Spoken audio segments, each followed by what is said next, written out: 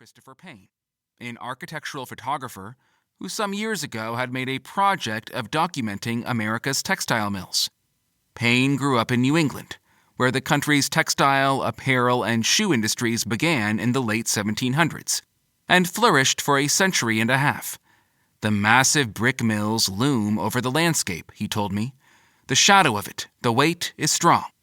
One day, Payne recalled, he was on the phone with a factory owner in the Massachusetts city of Fall River, which in the late 19th and early 20th centuries had been a world leader in the production of cotton cloth.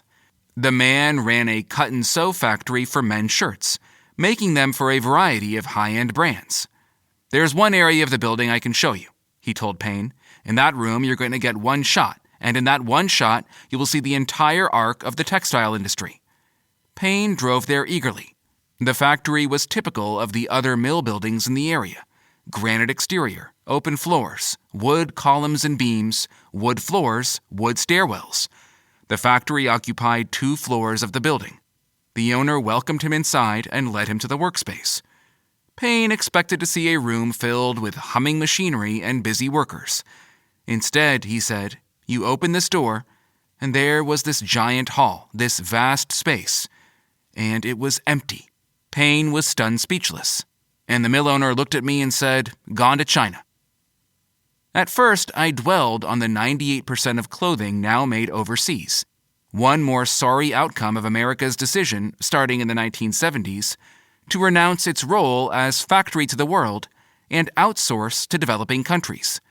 But after a time, my focus reversed, and I became intrigued by not what was lost, but what remained. The 2%, and those who were working to grow that number once again. Apparel was one of the easiest industries to offshore. A sewing plant in Pennsylvania or North Carolina could be packed up whole, the machinery loaded onto a boat and shipped to Bangladesh or Indonesia, where eager workers would do the job for perhaps $5 a day. Anyone who had fought against such economic forces was either stubborn or crazy, or really good at what they did. All of those possibilities interested me, and I wondered, who still makes clothes in America? Who is bold enough to enter the industry now, and why? And how are they faring? My interest was with manufacturers rather than tailors, knitters, or other artisans, because of the challenges of running a factory, and because the basic, well-built clothing that defined American style, blue jeans for example, was made on an industrial scale. Through the mid-20th century, textiles and apparel had been one of the largest U.S. industries. In 1973, roughly the peak, more than 2.4 million Americans were employed in producing fabric and clothing of all kinds. But between the years 1990 and 2012, the apparel sector lost more than 1 million jobs, or more than 3/4 of its workforce, according to the Bureau of Labor Statistics. To be part of a business of that scale that virtually disappears in your lifetime, maybe even while you're trying to make a living at it, is a strange and rare experience. As a newspaper reporter, I know a little of the feeling. The 2% were, by definition, survivors, and those who had joined their ranks, I was curious to hear their stories. Danny Swafford was one of them. He ran a cut-and-sew factory, an apparel workshop in the town of Milledgeville, Tennessee, population 265.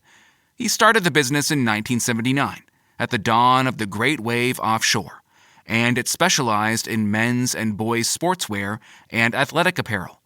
Among many other things, Danny's factory had made soccer shorts for JCPenney, boxer shorts for Kmart, football uniforms for Riddell, athletic gear for Umbro, and a hooded zip-up jacket for Carhartt, not unlike the one I found in the vintage store.